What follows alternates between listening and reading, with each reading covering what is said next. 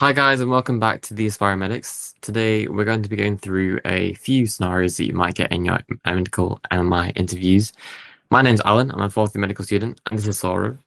And we're going to be starting off with our first scenario, which is where you see your friend who has just started vaping, and they're just doing it secretly. So we're going to start off whenever Saurav's ready.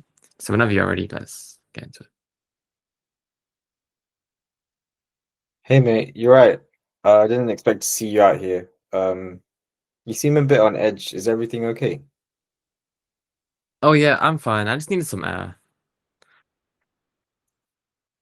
I might be wrong, but I noticed the vape in your hand. Um, I'm not trying to judge you, but I just want to make sure that you're doing all right because you look a bit stressed. What's going on? Please don't tell anyone. I know we're not supposed to vape during placement, but I'm just overwhelmed because we've got like exams and everything going on, and I don't know what to do. Yeah, man, I get that. Honestly, like during my GP work experience, I saw that stress is really common for students like us as well as staff. Um, and like even where I've seen nurses that have talked about like different ways of coping with pressure. um I appreciate you being honest with me, but can you tell me a bit more about what's been hardest for you lately? It's just everything's been piling up. I used to smoke a bit before uni, um, and now I switched it over to vaping because I thought it was better for me, but I don't know if it actually is. And but the thing is, like vaping and smoking, they definitely help me to cope. So.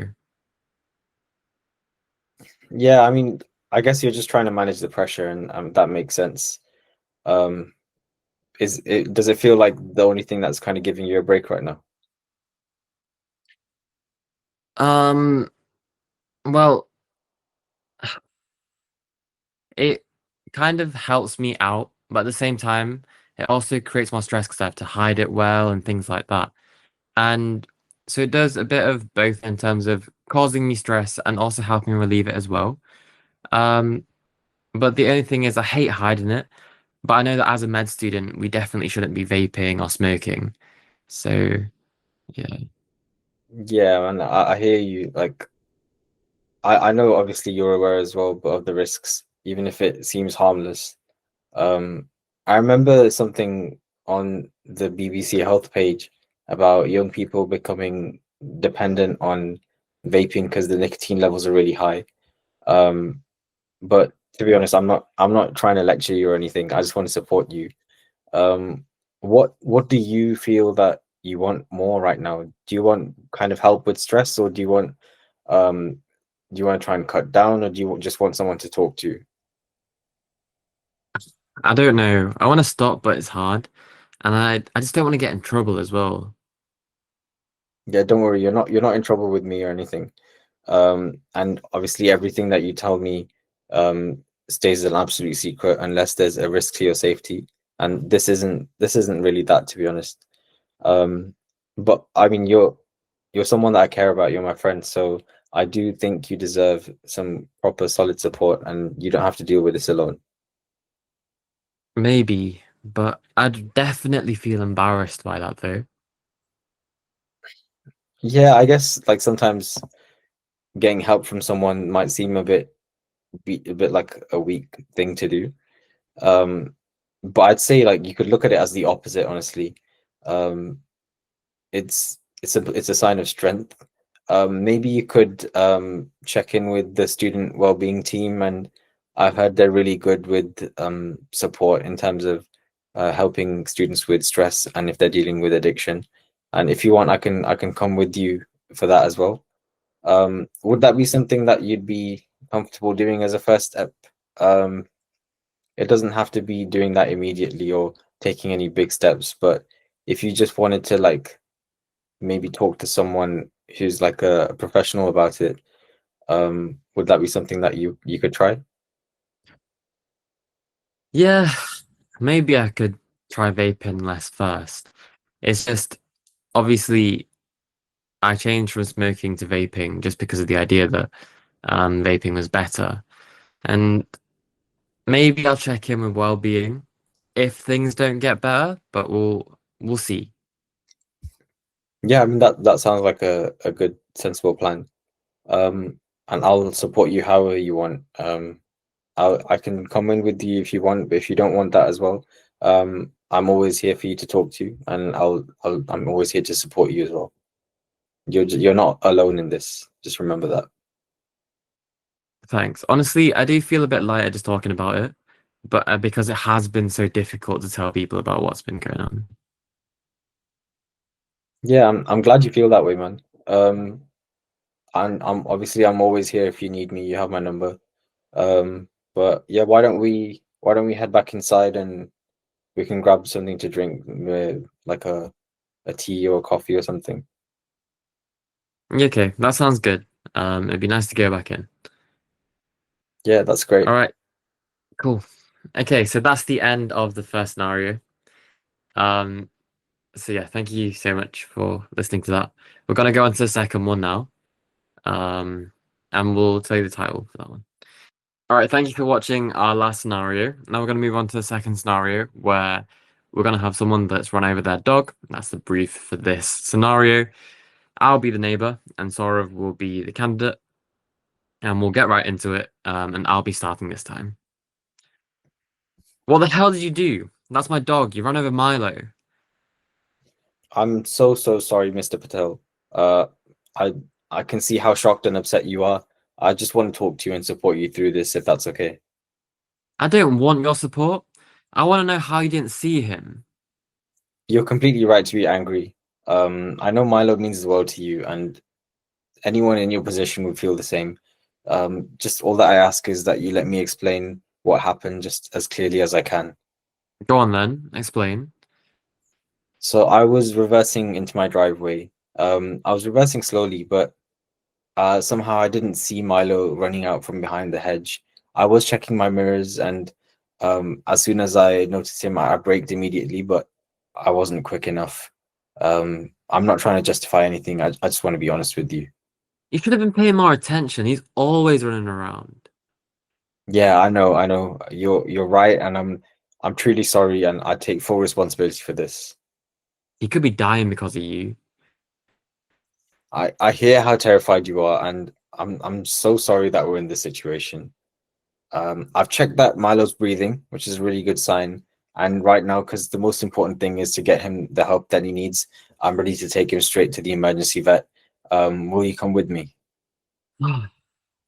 I I just don't know what to do. That's completely understandable. This is a really horrible shock, and I'm so sorry. Would you like me to lift Milo gently into the car, or would you prefer to do it while I support you? Can you lift him? I don't really want to hurt him more. Yeah, of course. That's fine. I'll be really careful and I'll keep his spine straight, and you can sit with him in the back and comfort him because we need to get him to the vet as quickly as we can. What about the vet bills? Milo might need surgery. This could cost thousands. I understand your worries. And because I was responsible for this, I want to reassure you that I will cover all of the costs, and I take full responsibility, and I don't want to leave you to deal with this alone.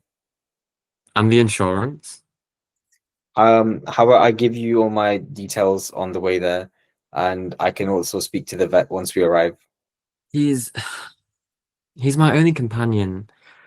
I don't know what I'd do without him. I know how much you love him and how much you care for him, and it's completely normal to be overwhelmed right now. But we're gonna get him seen straight away, and whatever happens, you're not gonna face this alone, and I'm here with you. Thank you for helping. That's okay. That's my responsibility. Let's get Milo into the car. You can sit with him and keep him calm and keep talking to him, and we'll head straight for the vet. All right. Please drive quickly. I will. I'll drive as safe and fast as possible, and we'll get him the help that he needs. Okay, so that is the end of the second scenario. So you've seen how we've done it. Now you can think about how you might have acted in that scenario. We're now going to move on to the third scenario, and we'll talk a bit more about that. Thank you for watching the second scenario. Now we're going to move on to the third scenario, in which you're seeing one of your peers that seems to be acting off and seeing that something's going on at home, and just want to find out what's going on. This scenario, Saurav will be the student, and I'll be the friend, and take notes on what you might see and how you might adapt it yourself for your own MMI. Okay, Saurav, whenever you're ready, let's begin. Hey mate, do you have a few minutes? I just wanted to chat to you about something. Um, just to be upfront with you, I just wanted to make sure that you're okay and check in on you, understand what's been going on, and see how I can support you. I'm fine, honestly, it's nothing. I need a break from lectures, so yeah. That makes sense. Uni can be really overwhelming. Um, However, I've noticed that you've missed quite a few sessions recently, and it's really unlike you. And I'm not trying to judge or anything. I just want to make that clear. I'm just checking in because I care. I just haven't felt like going. People don't go all the time, so I don't see why it's an issue. Yeah, you're right. People skip lectures all the time, but I'm just picking up that something feels a bit different with you. Is there something else going on beneath the surface? I, I'm here to support you, but you're in control of what you want to share, of course. Well, it's a bit complicated. Like, That's okay. Complicated is allowed. If you want to talk about it, I'm here. But if not, that's also absolutely fine. I just want you to feel supported. the thing is, it's just that things at home have been quite difficult recently. My mum's been unwell for a while, and I've had to look after my younger siblings, which has definitely been quite difficult. And yeah, it just so I do everything at home and then I do all the chores as well. And then by the time it gets to like coming to lectures and revising, I just have zero energy for it. Um, and it is just really difficult in that sense. That sounds really tough, man. Yeah. Um, that sounds like you're dealing with a huge burden at the moment, juggling uni and the responsibilities at home. Honestly, I mean, that would drain pretty much anyone, to be honest. Yeah, well, I didn't want to tell anyone at uni because I just don't want to be treated differently or pitied. There's two things that I really didn't want to happen. Um, but yeah. Yeah, I get that, man. Um, that's fair enough. Like, you don't want to be treated any differently to how you are normally. And it can be kind of scary to tell someone about things like this, especially if it's someone who's in a more kind of formal role. From what I've seen, though, people are usually a lot more compassionate when they understand the full story. And I'm sure you could consider speaking to someone else who's kind of deals with situations like these, and maybe they'd be able to help you as well. It's just, I know that I'm falling really far behind. And every time I think about catching up, I panic. And I think I just avoid it. I don't really want to be in a scenario where like I have to catch up. And then one lecture becomes three lectures, and then three lectures becomes six. And it just starts to like snowball. And at this point, I really feel like I have lost control. Yeah, that feeling's really difficult to deal with. What you've described, avoiding stuff because you're overwhelmed, is something that I've heard professionals talk about it as well. I remember there was this BBC Health podcast that said when stress levels are high, everyday tasks stop feeling manageable. So this reaction that you're feeling is a very human thing.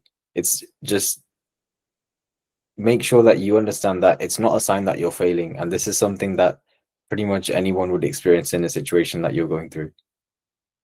Yeah, well, I haven't really slept in ages. I wake up and I worry about everything. It's like home stuff, like uni stuff, and then I've got to think about my siblings. It's just Yeah, that yeah, sounds really exhausting, man. Like both physically and mentally. You're no wonder you're struggling with your lectures. Your brain's just been trying to survive. It's been in survival mode. yeah. I just I feel like I'm letting everyone down. My family needs me, but then uni expects so much, and I just don't think I can do both. Look, man, you're not letting anyone down. What you're doing is incredibly responsible. You're trying to study, but you're also trying to support your family. And that's not letting people down. That's really doing your absolute best in a difficult circumstance. Yeah, but talking about it won't do anything. Like, you're not gonna change my situation, give me more hours in the day, or help me with my mum. So, like, what's the point in talking about it? I mean, you're right in that I can't fix things for you, and I'm not going to pretend that I can. But sometimes just sharing the weight a little bit can make your feelings a bit less overwhelming. And I'm just trying to help you stand with your problems. I'm not here to solve things, but I'm just here to support you and maybe take the load off your mind a little bit. Maybe we can look at some small steps together. Nothing that's crazy overwhelming, but how about we explore a couple of options? Um, yeah, I guess maybe. Okay. One option could be to talk to your personal tutor, and if you want, I can come with you to speak to them. Um, I know that sometimes they can arrange uh some extensions or um some kind of short-term adjustments for you in the meantime while you're dealing with the stress. Yeah, that's fine, but I don't want them to think that like I'm making up excuses and just like trying to get out of deadlines and things that I have to do.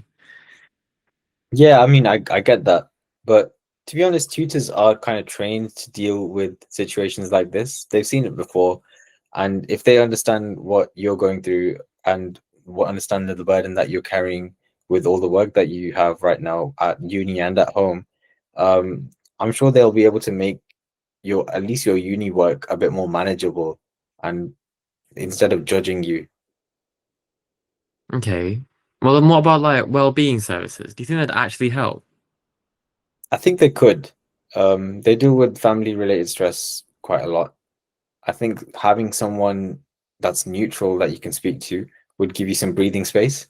Um, we what we could do is we could check their website out together, or if you want, I can sit while you make contact. I can sit with you. How does that sound? Yeah, maybe. Maybe it'd help to feel like I'm not doing everything alone. Yeah, yeah. You're not doing it alone. Just by telling me about this, you've already taken a really big step, and we can take it at your pace. We can take it as slow as we want. Okay. Would you really come with me to talk to my tutor? Yeah, of course, man. I genuinely want to support you through this. And you've been there for me plenty of times. So let's get through this together. Okay. Let's talk to them tomorrow. Talking about it has helped me feel quite a lot lighter, so thank you for that. Yeah, no worries, man. I'm really glad you're feeling better now, and I'm happy that you've told me what's going on. Um, and we'll take this step by step. You're not dealing with this all by yourself. Cool. And that is the end of the third scenario. Um, we hope you took home like a few points that you learned from this. Now we're going to move on to the fourth scenario. Welcome to the fourth scenario. This scenario is going to be where you find a colleague that has been intoxicated, that is has come to ward today. Saurav will be the candidate, and I will be the nurse that has been intoxicated. So whenever we're ready, I'll begin. Oh hey, you're an early. I can't believe how tired I am. Yeah, morning, Jordan. I just wanted to get a start on the handover. Are you all right? You don't seem yourself today. Yeah, I'm fine. Just didn't sleep much. It's a big night last night, you know? Yeah, I get that. It's been a really long week, but I can't help noticing you look a bit pale and unsteady. Are you feeling okay to work today? I said I'm fine. I've been doing this job for years now. I know what I'm doing. No, of course, you're one of the most experienced nurses here. Um, I just wanted to check in on you because you don't seem your usual self, and I'd hate for you to push through it if you're not feeling right. Yeah, it's just It's been a rough few days. That sounds tough. Do you want to talk about what's been going on?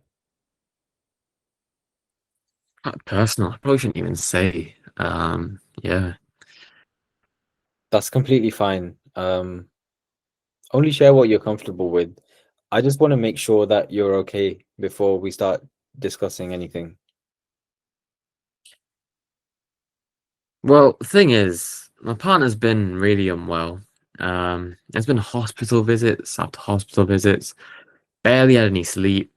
And last night, I had a few drinks. It helped me switch off, but now I feel awful. I thought the alcohol would help me sleep, which it did, but at the same time, yeah, I don't feel great. I'm really sorry to hear that, Jordan. That sounds incredibly stressful. Um, and I think that anyone in your position would be struggling. Yeah, well, I shouldn't have done it. I just feel so guilty. I feel like I've left the team down. No, don't say that. You're always so dedicated, and everyone sees how hard you work. Just remember that you're human too, and sometimes you need to take care of yourself first. I know, I just feel like I can't stop. The ward's already short-staffed, and if I go home, it'll just make things harder for everyone. That's such a considerate and kind way of thinking, but if you're not feeling well, then you're putting yourself under even more pressure, and that can affect you and the patients on the ward. I think in this instance, taking a step back is actually protecting people, and it's not, you shouldn't think of it as letting people down. You're probably right. I just hate admitting that I can't cope. I think you're being really brave, and the fact that you're being honest with it is a big thing. Everyone has limits, and it takes strength to recognize our own limits.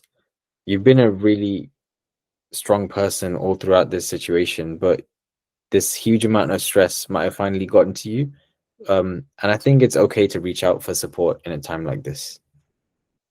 I just, I don't know what to do. Everything feels like so much. I'm really sorry you're feeling like this. You don't have to go through it alone. Maybe just take a little bit of time to sit down, have some water, and breathe. And I can stay with you for a bit if you want. Yeah, thanks. I think I might need a minute to just get myself back together. Yeah, absolutely. Just take your time. Everything that you've been holding in, it's bearing that in mind, it's completely understandable that you're exhausted. It's now our time to look out for you. You always look out for others. Now it's our turn. Thank you. That's very kind of you. Yeah, that's fine. I care about you and I care about the patients as well. And we all want you to be okay. Maybe I'll just sit this one out for a bit and get some fresh air before I do anything. Yeah, you know what? That sounds like a good idea. Why don't you take a breather, and when you feel back up to it, we can talk about what can help you manage the things that are going on with the family. Thanks. It means a lot they didn't judge me or make a fuss out of this. No, of course not. That's yeah, I'm not here to do that. I'm not here to judge. Um, I'm here to help you out. You've been there for us so many times now, and it's okay to reach out for support.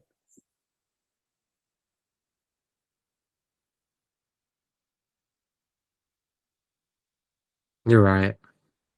Maybe I'll go home, sort myself out. I don't think I can do the shift properly if I'm like this. Yeah, that's a really responsible decision. Um, how about what we do is you go home and I'll speak to the ward manager and let them know. Hopefully we can find someone that's able to cover your shift. And when you're feeling ready to come back, then you can hop back in and have a quick chat, and hopefully you're ready to start up again. But I think for now it's good that you just take a little bit of time and focus on what's going on at home, and yeah, look after your partner as well. And maybe just if you have a few minutes, take some time out for yourself and try and process what's been going on. I think that would be really important and that would be really useful. Yeah. I'll speak to the ward manager, anyone that's like on the ward to like help cover for me. And I'll see what else needs to be done before I leave. And just speak to anyone, letting them know that I am going home. I Yeah. do appreciate that you spoke to me today. It did mean a lot. I do appreciate it. And yeah, thank you for talking to me once again. Yeah, anytime. I mean, you're a member of our team, and that we're like a family. We all care for you, and your health and well-being means a lot to us. And I'm proud that you've done the right thing. And what's important now is that you just take care of yourself and your partner, and that's what matters the most. Thank you. Cool, and that is the end of the fourth scenario, and that is the end of our video for today. Thank you so much for watching. We hope this was educational and it helped you with your MMI prep going into the future. Thank you for watching the Aspiring Medics. We hope you liked our video. If you did, please press like and subscribe to our YouTube channel to find out more about how to prep for your MMI and more videos from myself and Saurav. All right, thank you so much, and see you next time.